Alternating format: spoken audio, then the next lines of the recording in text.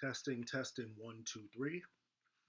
Hopefully, this works. I'm going to answer a series of questions, and we'll see how this goes. So, my name is Aurin Squire. Currently, I am in New York City. I'm from Miami, Florida, and I've worked in New York, Miami, LA, and London. I'm answering a series of questions about theater and film and when my first professional job.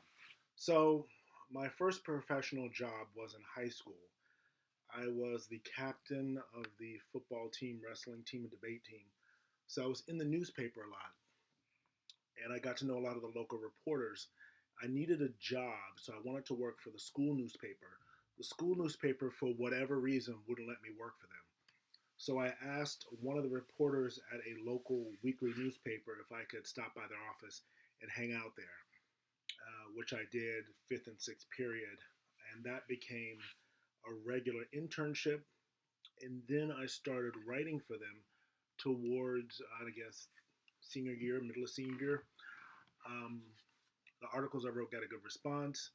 I negotiated my own contract with the publisher, and then I started getting paid for writing articles. It was one article a week. Then a second newspaper hired me, then a third newspaper hired me, and then I was working for three newspapers and two online magazines by the time I graduated from high school, and that was my source of income. When I went away to school, I worked in the radio actuary at Northwestern University, and that was interviewing professors and putting their interviews up on AP and UPI wires for NPR and other radio stations to use. And I did that all 4 years in college. So those are my first, I guess, professional jobs. Um, I guess when I got my career, did it meet my expectation? No and yes. Theater and film is very transient. Usually, you don't have a lot of stability. So I am used to change. I'm used to figuring things out on my own, asking for help, and just going where I see opportunities. So for theater, it is a little difficult to have a career in theater and to be consistent. I found more consistency in TV, where usually a job lasts 8 months to a year. I'm just finishing up work on my third TV show right now, The Good Fight. First TV show was after graduating from Juilliard in 2015. Was a CBS show called Brain Dead. And then my second job was on the NBC drama This Is Us. So I found at least TV gives me some stability while writing my plays. It gives me some consistency, and I do also screenwriting for movies. So it's been a trip. It's been a wild ride, and I still enjoy writing articles and doing journalism, but I just haven't had as much time in the last year or two just because of other creative projects. Um, so, how many hours do I work a week on a show? The Good Fight, as well as This Is Us and Brain Dead, are usually about 40 hours. Standard, you're there from about 10 to 6, and then they ask you to stay late occasionally for editing, or if you're on set, if you're shooting your episode, they ask you to stay, until 8 or 9 o'clock, so maybe that's a 12-hour day. But usually at the end of the 8 months or a year, it balances out to about 40, 50 hours a week. Some days, because there's a lack of work, they let you go at 2 or 3 p.m., and then some days you stay there until 9 or 10 o'clock. But it's been fairly relaxed, and I'm fortunate that I've worked with, three shows with good showrunners that are stable, sane, and want to go home to their wives. My next project, so I'm finishing work on The Good Fight right now. I have three plays premiering this year. And I have to go to North Carolina for a play that I wrote my last year at Juilliard called Running on Fire. And that's opening up there. And then I have two other plays in Chicago. I have a commission to write a play that's premiering next year at Miami New Drama based on the documentary Cocaine Cowboys. And I agreed to write a docudrama play. And then I have a few movies pitching and working on in LA. Those aren't official projects because I'm still pitching them, but the official ones are the three plays and the play commission for Miami New Drama. And then we wait and see what happens in TV as far as if the good fight comes back and what the timeline will be, and if I can work another TV job during the hiatus. My coolest theater experience. I've had a lot of cool theater experiences. Um, hmm. I had a play at the O'Neill Theater Conference 2 years ago, and that was very cool. I wish I could have stayed longer, but I had to go back to LA to continue work. But being at the O'Neill in Waterford, Connecticut, you're in a community that's dedicated just to theater. So I got to see other people's plays. I got to see the musicals that were coming up. I got to meet all the major critics and dramaturgs, and we're all in this tight little community near the water, working on our craft and our love.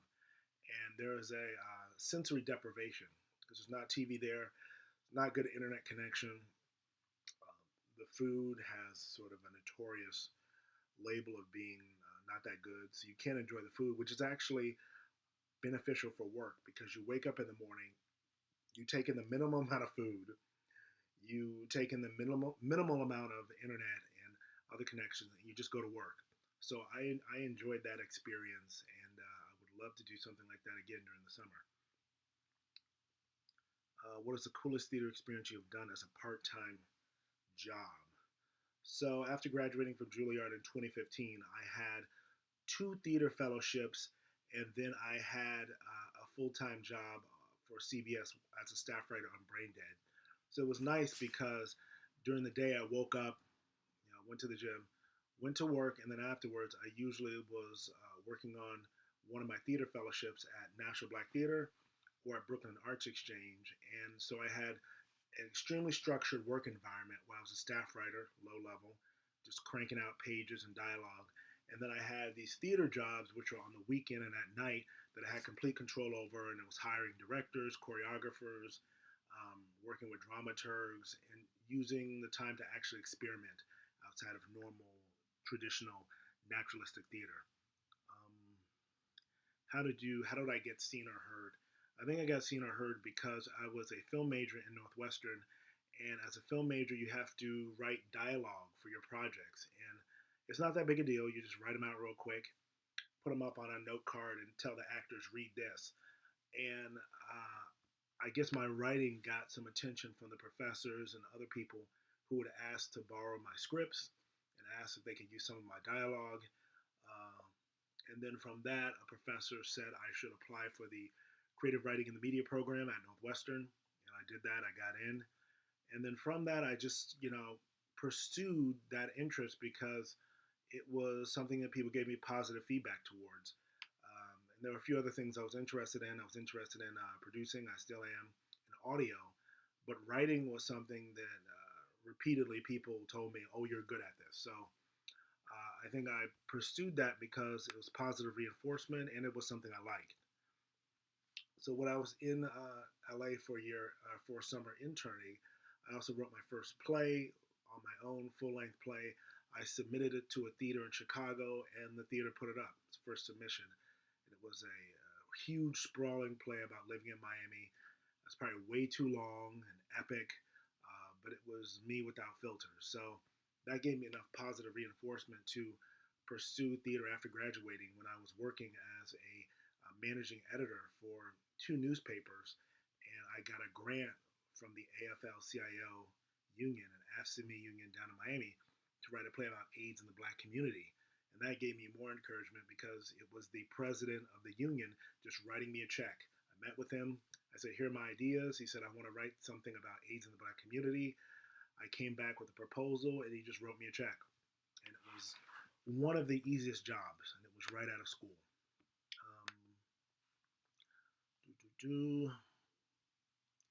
If I wasn't in my career, what would I do? I would probably be a newspaper reporter. I enjoyed that, or maybe physical therapist. Really growing up, the heroes were radio reporters, which aren't really around anymore, and sports journalists, because in Miami, everyone is sports obsessed. So I kind of thought I was going to be like a sports journalist growing up, and that was the dream. And a lot of sports journalism has gone away now because it's just former athletes who do commentary and talk about their own careers. So I thought I'd be doing that if I wasn't in TV, film, and theater. My major in college was radio, TV, and film at Northwestern with a minor in creative writing and the media. And then I went to New School and got my MFA in playwriting with New School when it was a part of the Actors Studio. And then I went back and got a Juilliard Fellowship. And that's the one I graduated from in 2015. And the Juilliard Fellowship is just a 2 year program for playwrights, and it's free, and they pay you a stipend, and you are just given, I guess, full access to do whatever you want at Juilliard and work and collaborate with people. And it was a great experience. I think Northwestern is the same thing. They have such a lack of requirements for radio, TV, and film majors on purpose because they want them to get outside experience. So I was working as a radio reporter at the Northwestern Newsfeed. I was an editor for the college newspaper, and I was studying Russian literature, African American literature, and sociology. And I had all this free time, and I still was a radio, TV, and film major because the Northwestern philosophy is that if you're going to be in the arts, you should have experience in other things besides the arts. So um, it was good, and I think as artists, we have to know other things besides just our craft because we have to apply our craft to something, to an issue or to a topic. Um, what made you choose this career path? So I went to Northwestern as a radio, TV, and film major. Northwestern is divided into two sections. The north part of the campus are the frats, the engineering students, and the tech part of the campus that brings in most of the money from the CIA and Defense Department and the Pentagon. The south part of the campus is the arts part, and that's the School of Music, radio, TV, and film, journalism, some of the sororities, and a lot of the arts institutions. So by default, I think I was put in the south part of the campus first year. So you're hanging around theater people all the time. And I was a work study student. I was there on a scholarship. I didn't have a lot of money, and it was cheaper to go see a play than a movie. So on the weekend when I was bored and I'm trying to save money, I would go see my friends act in these different plays because I think plays for Northwestern students cost like $3, and a movie costs like $10 or $12. And that's how I got introduced to the world of theater because there wasn't a lot of theater in Miami growing up, but I never really participated in anything like that. But I would see my friends on stage. That inspired me. I was working as a radio, TV, and film major, writing dialogue, and that sort of flowed together into writing plays. And it was my friends being on stage that inspired me to um, pursue this career. So, as a creative writing in the media major or minor within radio, TV, and film, we had to turn in different scripts for different genres of the media. And one quarter, we had a playwriting session with Susan Booth, who was one of the associate artistic directors at the Goodman Theater at the time. And this was my first time writing a play. The play I wrote during the summer that was in the South Side was my first official full-length play that I wrote on my own. But the play I wrote in Susan Booth's class was my first, I guess, official school play or play written in a class. And I remember I was writing pages. I didn't know whether I was doing a good job or a bad job, but Susan Booth pulled me aside and asked me what my inspirations were, what I was riffing on, and I wasn't riffing on anything because I had no reference point. But she encouraged me to pursue this and to continue writing scripts. So that was huge. When a teacher sets aside time and just encourages you, that's always a great thing. And I would like to see more of that. Do you love what you do? I certainly am inspired, frustrated, transformed, and motivated by what I do. Do I love it? I mean, love is such a broad word. To me, love means a lot of things fit under the umbrella of love. Um, I guess you could say to some extent I do love it. To some extent, I am frustrated by it because every day you're staring at the blank page and you begin from scratch. So last weekend, I wrote a play for a small college in California and just beginning from scratch. And I've had a number of credits, things that have plays that have gone up in London, Los Angeles, and New York City.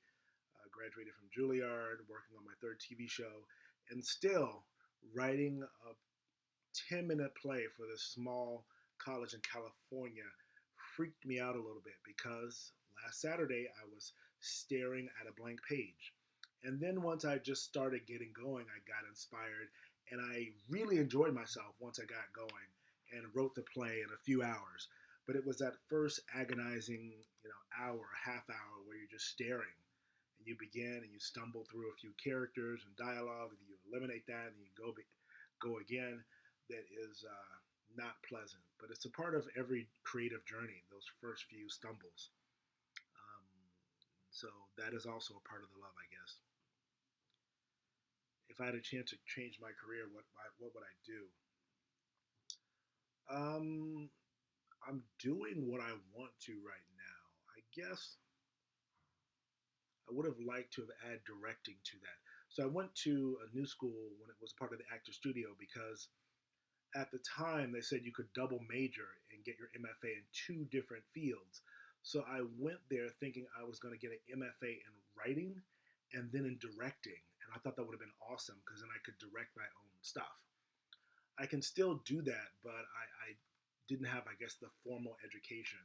And if I could go back, I would probably take maybe a workshop in theater directing. Who knows? I might still do that, as well as a workshop, more workshops in improv acting. I did that for like a few months and really enjoyed it, but it was for a job. And once the job ended, I just stopped doing it. But I think improv definitely is great motivation for getting started and looking at that blank page. And being a theater director, having that background is great when you're trying to edit your own work. So I'd like to add that. And then in radio, TV, and film, I directed a few things, and I would like to become a better editor. Mm, what should we expect if we decide to pursue theater as a career?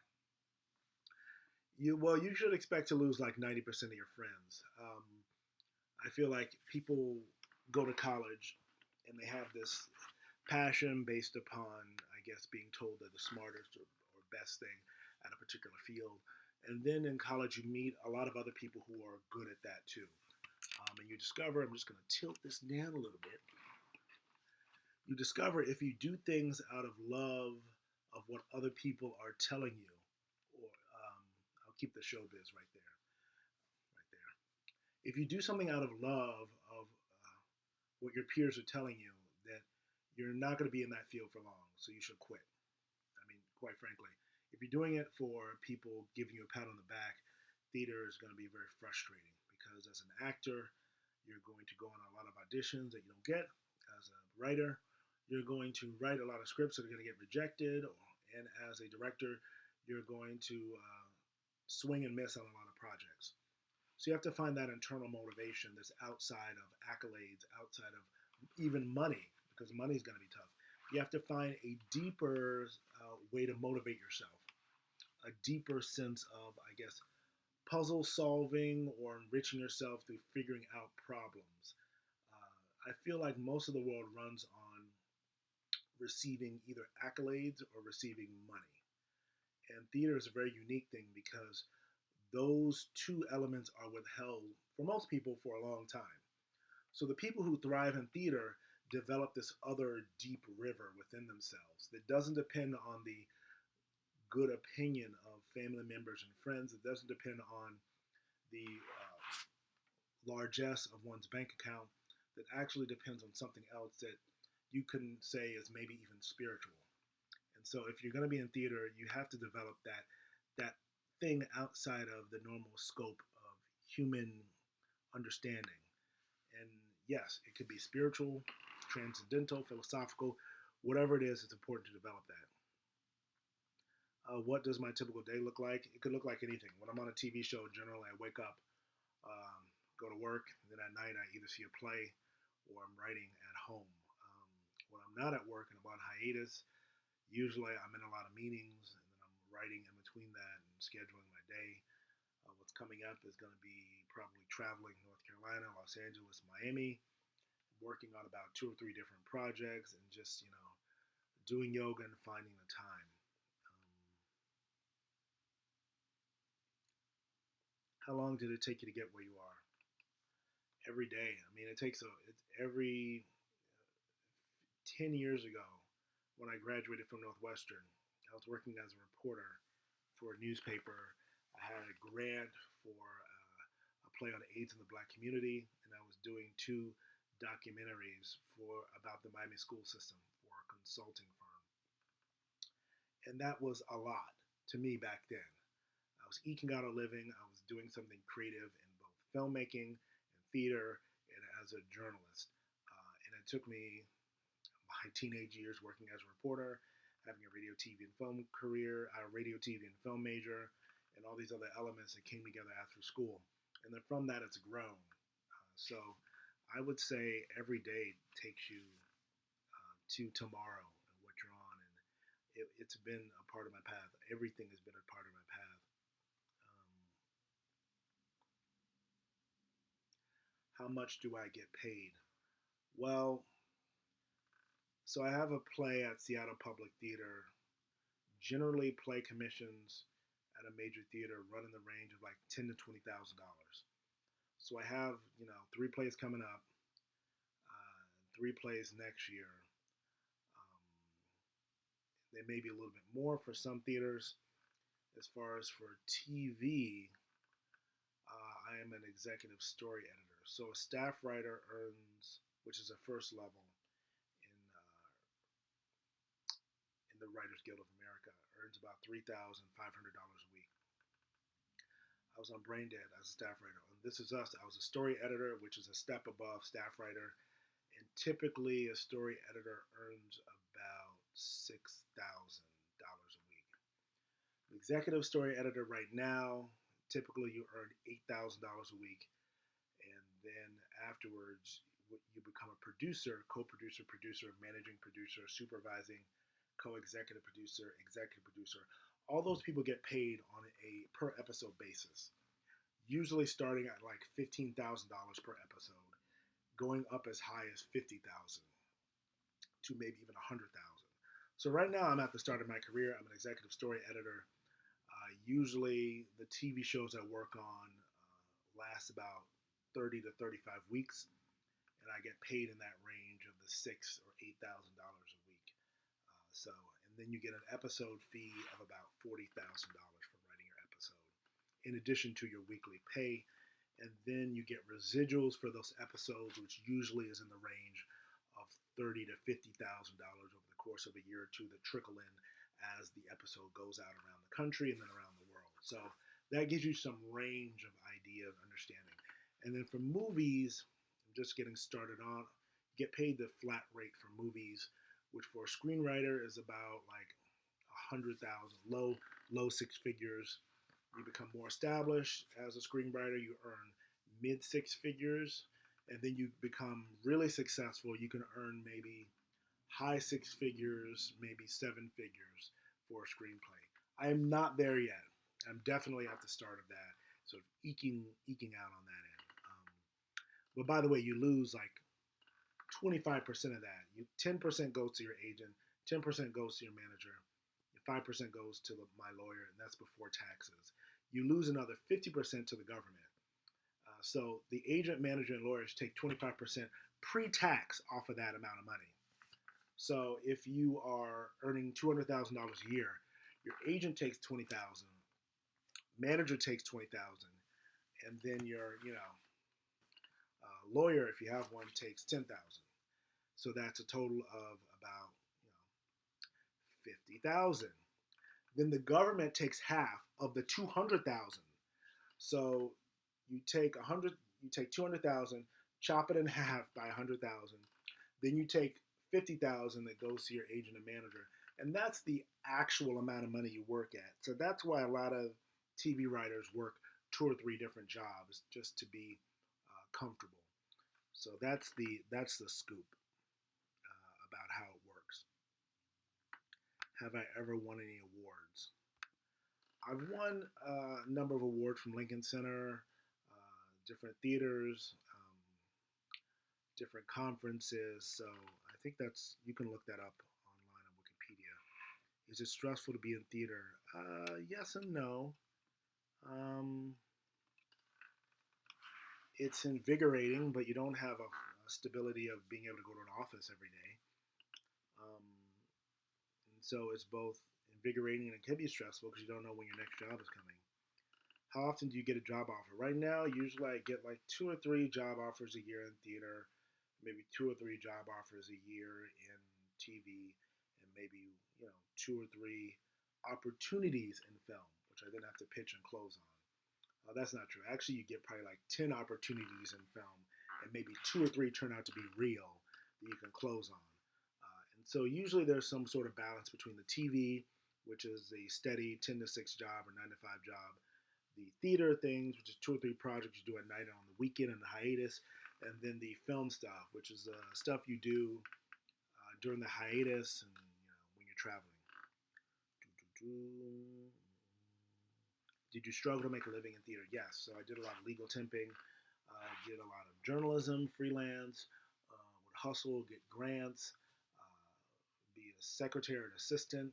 I was producing a lot of web videos for a while for different companies, and that was how I sustained myself.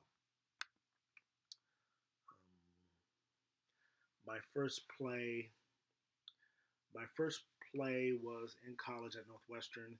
It was titled Xmas with the Pinuels, so Christmas with the Pinuels, but it was Xmas, and it was a dark comedy about a religious professor who's trying to sell his house while his family still lives in it, without them knowing that he's selling this house, and he's trying to like divorce himself from his family and his life, and he's seeking an advance on his next book, which is a reinterpretation of the Bible. And it was a very dark, weird comedy with a lot of unhappy family members. I enjoyed it. The journey's definitely worth it. That's the next question. I wouldn't trade it for anything. And I actually feel kind of bad for people who have 9 to 5 jobs and they work that for 40 years. Uh, Now, there's some people who have that temperament, and that's great. I could not. I feel like working the same job over and over again for like 40 years would kill my soul. So this journey has been worth it. Uh, and what jobs did I do before I made theater my career? Like I said, it was mostly journalism, web stuff, and then whatever work I can get. I'm pretty flexible and open to things. So that is my interview. I hope I went through all those questions in a reasonable amount of time. If you have any other questions or follow up, let me know. And have a great day. Thank you.